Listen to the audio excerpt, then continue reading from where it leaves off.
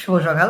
আজকে আমরা আলোচনা করব একটি গুরুত্বপূর্ণ বিষয় বা মজাদার বিষয়, আমাদের মিনিমাম টাইম এবং ম্যাক্সিমাম ইনফরমেশনের আলোচনায় চতুষ্টয়। আমরা বিভিন্ন ধরনের চতুষ্টয় পাই, যেমন আমরা চারবাক দর্শনে ভূত চতুষ্টয় পাই, ক্ষিতি, অপ, তেজ, মরুত, এগুলোকে ভূত চতুষ্টয় বলে। ঠিক একই রকমভাবে আমরা ভাবনা চতুষ্টয়ের কথা পেতে পারি, যেমন সর্বং ক্ষণিকম ক্ষণিকম, সর্বং দুঃখং দুঃখং, সর্বং স্বলক্ষণং স্বলক্ষণং, সর্বং শূন্যং শূন্যং, এগুলোকে বলা হয় ভাবনা চতুষ্টয়, যেটা বৌদ্ধ দর্শনে আছে।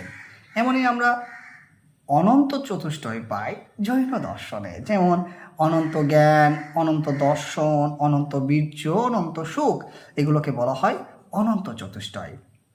ঠিক একই রকমভাবে আমরা পাবো সাধন চতুষ্টয়, বিবেক, বৈরাগ্য, সৎ সম্পত্তি এবং মোক্ষত্ব, এগুলোকে বলা হয় সাধন চতুষ্টয়, যেটা বেদান্ত দর্শনে রয়েছে।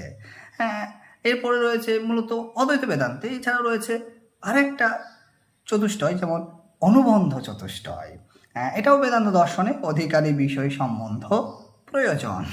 তাছাড়াও আমরা বুহ চতুষ্টয় পাবো পঞ্চরাত্র দর্শনে, সেখানে পাবো বাসুদেব, সংকর্ষণ, প্রদ্যুম্ন, অনিরুদ্ধ।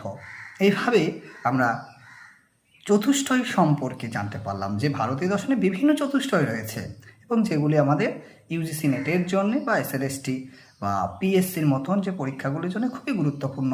এই ধরনের মজাদার ক্লাস পেতে আমাদের চ্যানেলটিকে সাবস্ক্রাইব করে রাখুন। ধন্যবাদ।